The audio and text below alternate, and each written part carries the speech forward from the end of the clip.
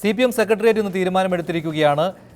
Kalamassery area secretary ആയിരുന്ന Zakir ഹുസൈനെതിരെ party തലത്തിൽ അന്വേഷണം നടക്കുമെന്ന്. പക്ഷേ പോലീസ് വലയിൽ ഇതുവരെ സക്കീർ ഹുസൈൻ വീണിട്ടില്ല.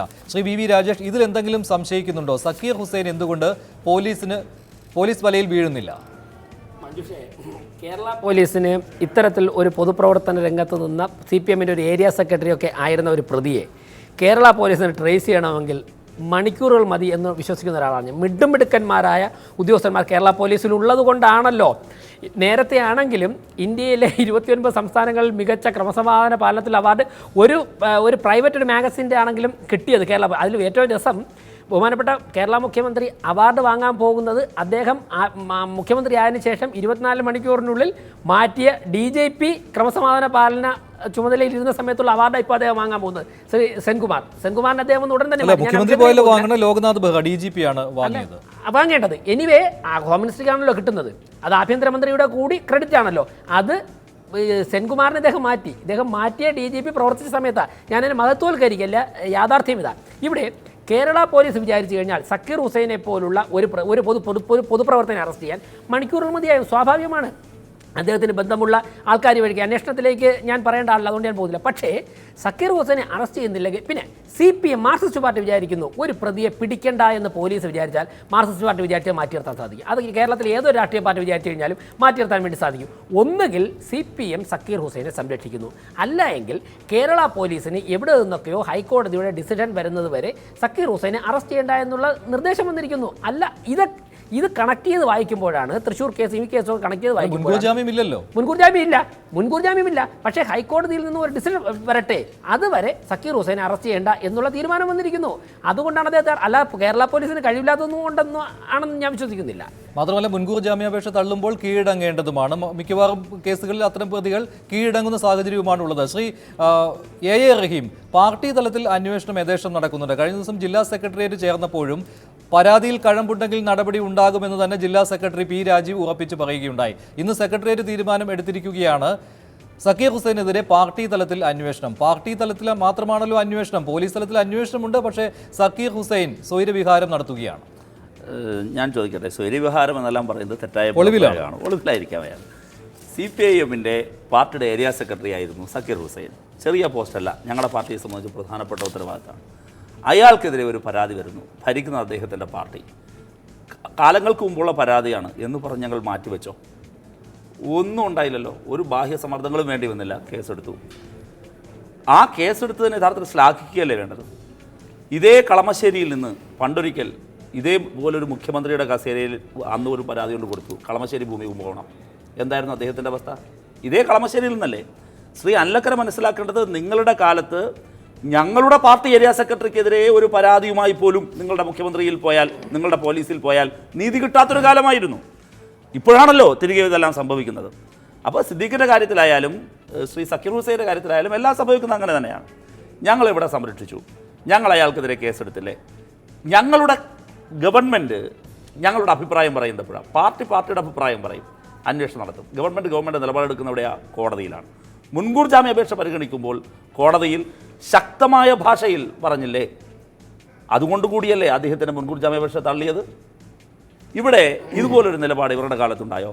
മല്ലേലിൽ ശ്രീധരൻ നായർക്ക് നിങ്ങളുടെ കാലത്ത് ഇതുപോലെ നീതി കിട്ടിയോ?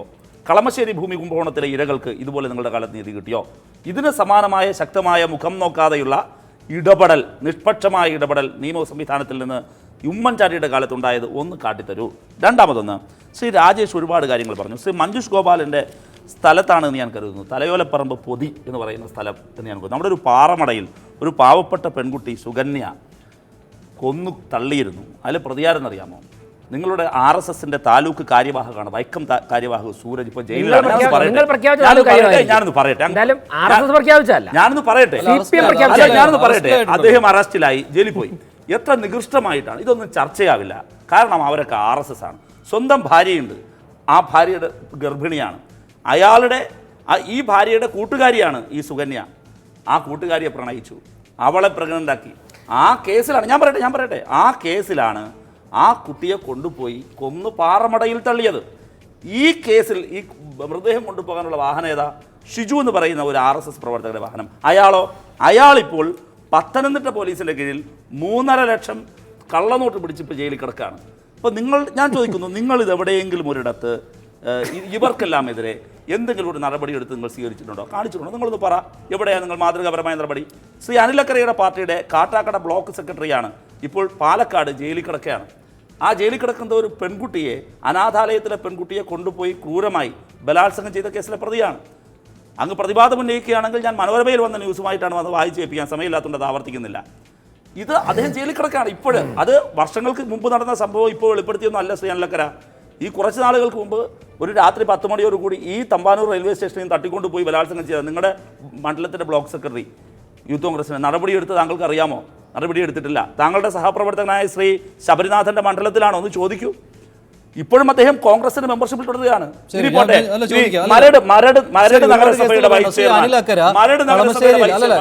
അനിലക്കര കളമശ്ശേരിയിൽ സലീം രാജിന് എതിരെ മുതൽ തുടങ്ങിയതാണ് ഈ പരാതികൾ. പക്ഷേ UDF സർക്കാരിന്റെ കാലത്ത് ഒരു നടപടിയും ഉണ്ടായില്ല. ഇങ്ങനെയുള്ള എത്രയോ കേസുകൾ AR റഹീം ചൂണ്ടിക്കാണിക്കുവാൻ സന്നദ്ധനാണ്. പക്ഷേ സക്കീർ ഹുസൈനെതിരെ പോലും UDF സർക്കാരിന്റെ കാലത്ത് ഒരു നടപടി ഉണ്ടായില്ലല്ലോ. കറുകപ്പള്ളി സിദ്ദിഖിനെതിരെ ഇന്ന് തന്നെ പരാതിയുമായി രംഗത്ത് വന്നയാൾ അന്നും പരാതി കൊടുത്തിരുന്നയാളാണ്.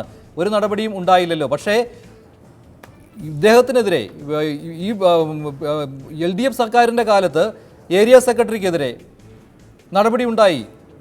ഉടൻ തന്നെ ഏരിയ സെക്രട്ടറി പദവിയിൽ നിന്ന് മാറ്റി. സംഭവം വിവാദമായ ശേഷം ശരി, ഇതിനുള്ള മറുപടി അനിലക്കരെ പോലീസ് കേസെടുത്തു. ഞാൻ വളരെ വ്യക്തമായി പറഞ്ഞു, ഞങ്ങളുടെ ഗവൺമെന്റ് അധികാരത്തിൽ നിന്ന് പോയിട്ട് 5 മാസമായി. ഞങ്ങൾ കഴിഞ്ഞ തവണ ഭരണത്തിലുണ്ടായിരുന്ന കക്ഷിയാണ്. ഞങ്ങൾ ഭരണത്തിൽ നിന്ന് പോയത് ജനങ്ങൾക്ക് ഞങ്ങളിൽ വിശ്വാസം കുറഞ്ഞതുകൊണ്ടാണ്. ഞങ്ങളുടെ വിശ്വാസം കൂടിയതെങ്കിൽ ഞങ്ങൾ വിജയിക്കുമായിരുന്നല്ലോ. അപ്പോൾ അതുകൊണ്ടാണ് ഞാൻ പറഞ്ഞത്, ഞങ്ങൾ ഭരണത്തിന് പോയി, ഞങ്ങൾ പരാജയപ്പെട്ടു, അതിൻ്റെ ഉത്തരവാദിത്വം ഞങ്ങൾ ഏറ്റെടുക്കുന്നു.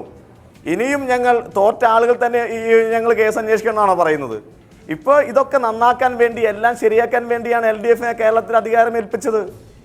ഇനി വീണ്ടും സൂര്യനെല്ലി പീഡന കേസും തങ്കമണിയിലെ കേസും കീഴ്മാടിൻ്റെ ഗഡ്വു അതൊക്കെ ഇനി പിന്നെ റഹീം പറയും. ഇത് ഇവിടുത്തെ പ്രശ്നം അതല്ല. നമ്മൾ യഥാർത്ഥത്തിലേക്ക് മടങ്ങി വരണം.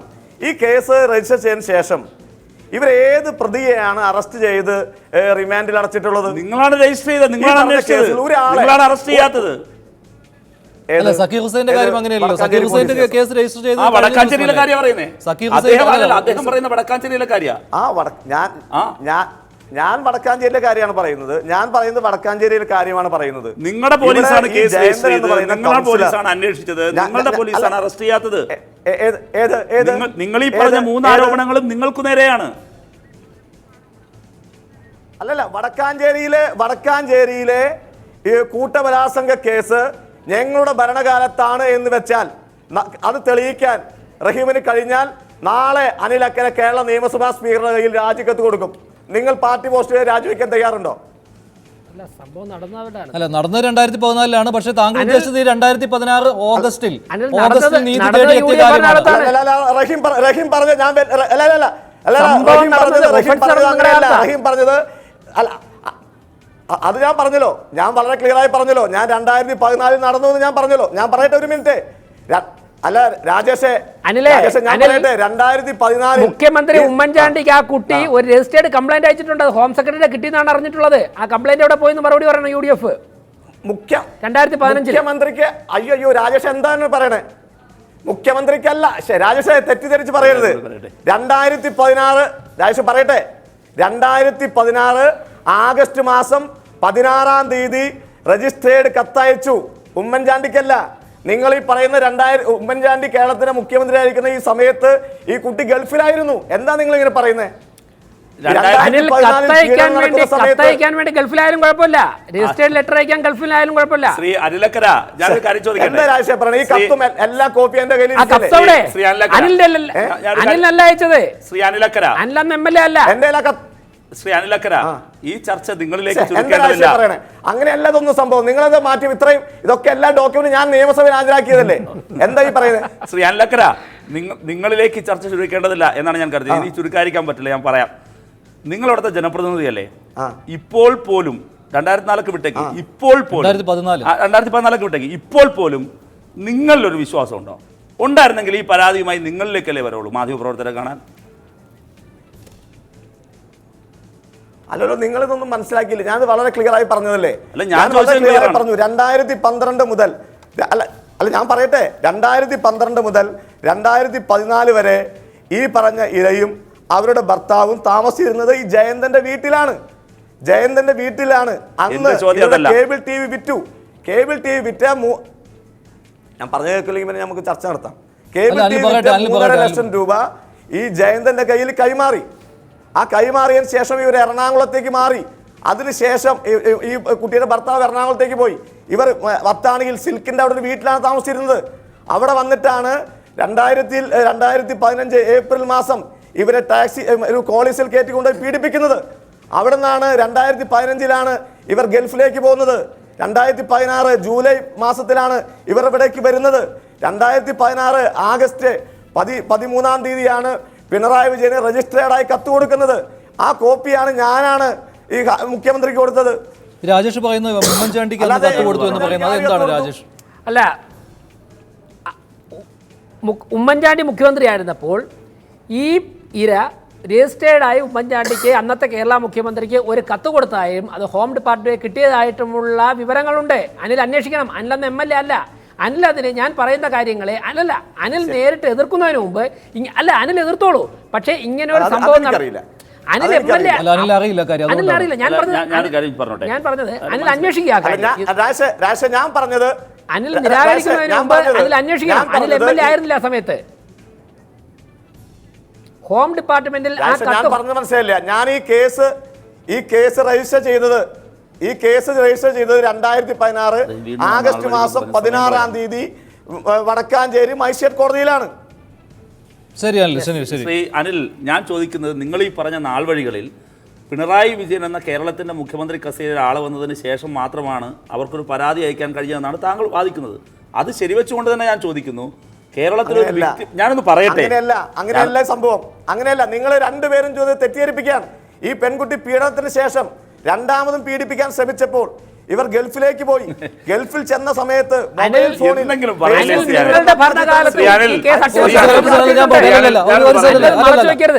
അനിൽ ഇവിടെ പറഞ്ഞു വന്നത്, ഈ പിണറായി വിജയൻ സർക്കാരിൻ്റെ കാലത്ത് ഒരു പരാതി ഉണ്ടായപ്പോൾ അവിടെ നടപടി ഉണ്ടായി. അതിന് പറഞ്ഞത് area secretary, Kalamassery area secretary Zakir ഹുസൈനെതിരെ പരാതി വന്നപ്പോൾ കേസെടുക്കുകയുണ്ടായി, അദ്ദേഹത്തിന് ഒളിവിൽ പോകേണ്ട സാഹചര്യമുണ്ടായി, മുൻകൂർ ജാമ്യാപേക്ഷയെ കോടതിയിൽ എതിർക്കുകയുണ്ടായി സർക്കാർ. അതോടൊപ്പം തന്നെ പാർട്ടി തലത്തിൽ ഏരിയ സെക്രട്ടറി പദവിയിൽ നിന്ന് മാറ്റി. അതിനുശേഷം പാർട്ടി തലത്തിൽ പാർട്ടി സെക്രട്ടേറിയറ്റ് കൂടി ഈ സക്കീർ ഹുസൈനെതിരെയുള്ള അന്വേഷണവും നടത്താൻ തീരുമാനിച്ചിരിക്കുകയാണ്. UDF ഭരിച്ചപ്പോൾ പല നേതാക്കൾക്കുമെതിരെ ആരോപണമുണ്ടായപ്പോൾ സംരക്ഷിക്കുകയാണല്ലോ ചെയ്തതെന്നാണ്. അതിനാണ് താങ്കൾ ഇങ്ങനെ ഒരുപാട് വളച്ചുള്ള മറുപടി പറയുന്നത്. അല്ല, ഞാൻ മറച്ചുള്ള മറുപടി എന്ന് പറഞ്ഞില്ല. ഞാൻ പറഞ്ഞത്, ഞങ്ങൾ നേരത്തെ പറഞ്ഞു ഞങ്ങൾക്കുണ്ടായ തെറ്റുകൾ, അതിന്റെ ഭാഗമായി അധികാരത്തിൽ പുറത്തുപോയ ആളുകളാണ് ഞങ്ങൾ. പിന്നെ ഞങ്ങൾ അധികാരത്തിൽ പുറത്തുപോയത് ഞങ്ങൾക്കുണ്ടായ തെറ്റുകളുടെ ഭാഗമായിട്ടല്ലേ.